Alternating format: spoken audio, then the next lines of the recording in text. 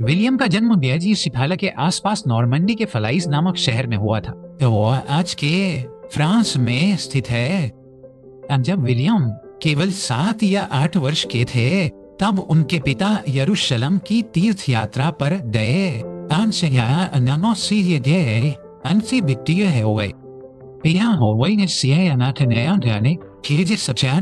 मृत्यु के बाद नन्हा विलियम नॉर्मंडी का ड्यूक बन गया, लेकिन उसका बचपन खतरों से भरा था।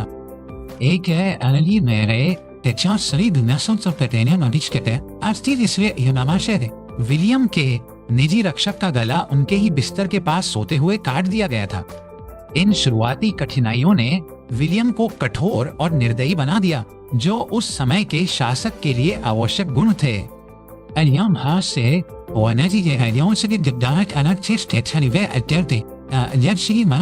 ने उसे पकड़ने की कोशिश की, तो उसने फ्रांस के राजा हेनरी प्रथम से मदद मांगी। राजा हेनरी और विलियम की संयुक्त सेना ने वेल एस ड्यून्स की लड़ाई में विद्रोहियों को बुरी तरह हराया। कहा जाता है कि मटिल्डा ने शुरू में उसे उसके नाजायज जन्म के कारण अस्वीकार कर दिया था। एडवर्ड निसंतान थे और विलियम उनका दूर का रिश्तेदार था।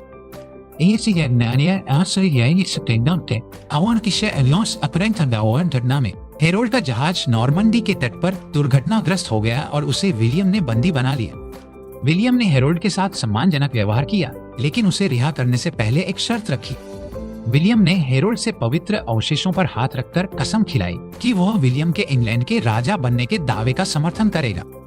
हेरोल्ड ने अपनी जान बचाने के लिए कसम खा ली, लेकिन बाद में उसने इसे दबाव में ली गई शपथ मानकर खारिज कर दिया। इंग्लैंड की विटन परिषद ने हेरोल्ड को राजा चुना और उसका राज्याभिषेक कर दिया गया। उसने पोप से समर्थन मांगा और तर्क दिया कि हेरोल्ड ने पवित्र शपथ तोड़ी है। पोप ने विलियम के अभियान को आशीर्वाद दिया और उसे एक पापल बैनर भेजा, जिससे यह आक्रमण एक धर्म युद्ध जैसा बन गया। पूरे फ्रांस और पड़ोसी क्षेत्रों से भाड़े के सैनिकों और शूरवीरों को भूमि और धन के वादे पर भर्ती किया गया। तो हेली धूमकेतु आकाश में दिखाई दिया, जिसे कई लोगों ने आने वाले विनाश का अपशकुन माना।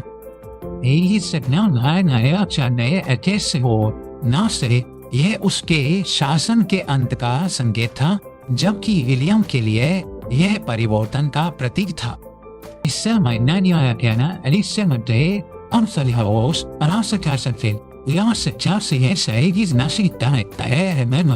हेरोल्ड के भाई टोस्टिंग और नॉर्वे के राजा हराल्ड हार्डराडा ने इंग्लैंड पर आक्रमण कर दिया।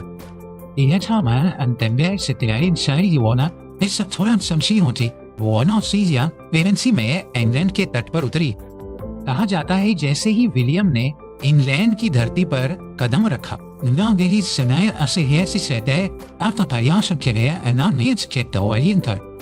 उसने आसपास के गांवों को लूटना शुरू कर दिया ताकि हेरोल्ड को लड़ाई के लिए उकसाया जा सके।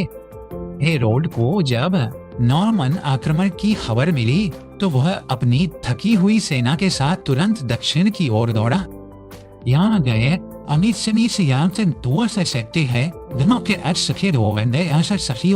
दोनों सेनाएं हेस्टिंग्स के पास एक पहाड़ी पर आमने सामने हुई। हेरोल्ड की सेना ने सेंगलाच हिल के ऊपर एक मजबूत शील्ड वॉल, ढालों की दीवार बनाई।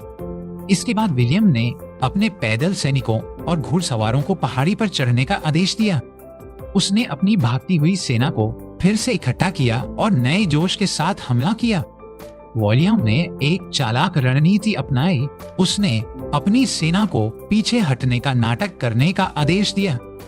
यह रणनीति दिन भर में कई बार दोहराई गई, जिससे हेरोल्ड की सेना कमजोर होती गई।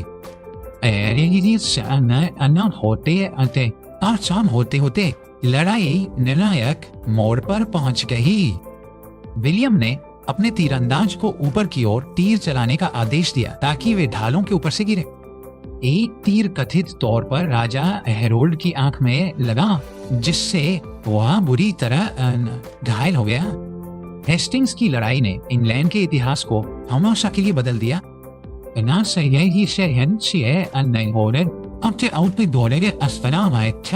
उन्होंने आसपास के घरों में आग लगा दी, जिससे राज्याभिषेक राजअनुता में बदल गया। विलियम, जो आमतौर पर निडर था, धुएं और चीखों के बीच वेदी पर कांपता हुआ खड़ा रहा। मवेशियों को मार डाला और जमीन को बंजर बना दिया ताकि विद्रोही वहां न रह सके। इस नरसंहार के कारण हजारों लोग भूखमरी से मर गए और यह विलियम के शासन का सबसे काला अध्याय माना जाता है। अपनी सत्ता को मजबूत करने के लिए विलियम ने पूरे इंग्लैंड में महल बनवाने का आदेश दिया। विलियम ने इंग्लैंड में सामंती व्यवस्था को सख्ती से लागू किया। फ्रेंच भाषा दरबार और प्रशासन की भाषा बन गई। ये अंग्रेजी से चमकी अंग्रेजी आम लोगों की भाषा रह गई। इस भाषाई मिश्रण ने आधुनिक अंग्रेजी के विकास में महत्वपूर्ण भूमिका निभाई।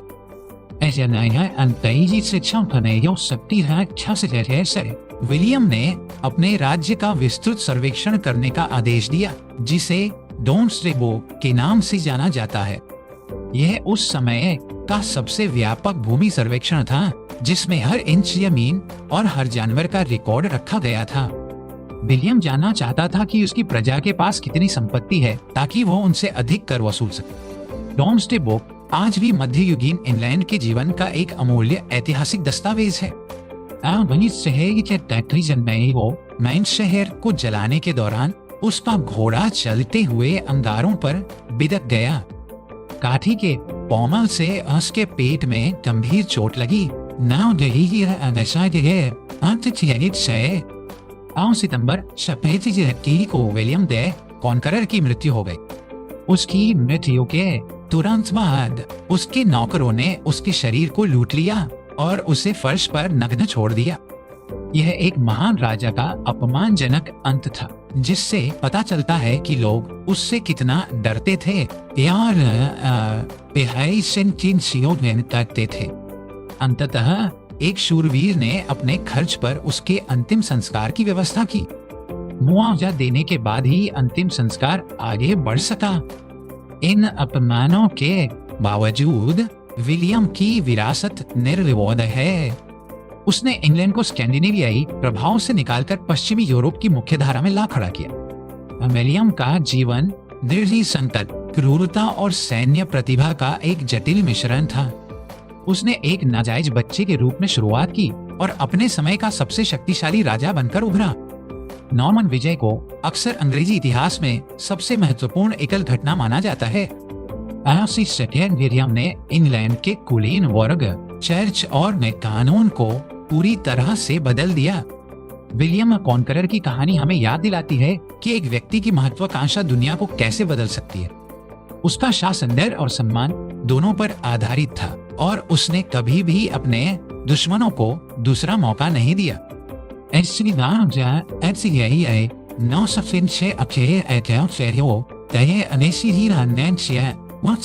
हो या भाषा, विलियम की उपस्थिति आज भी महसूस की जा सकती है।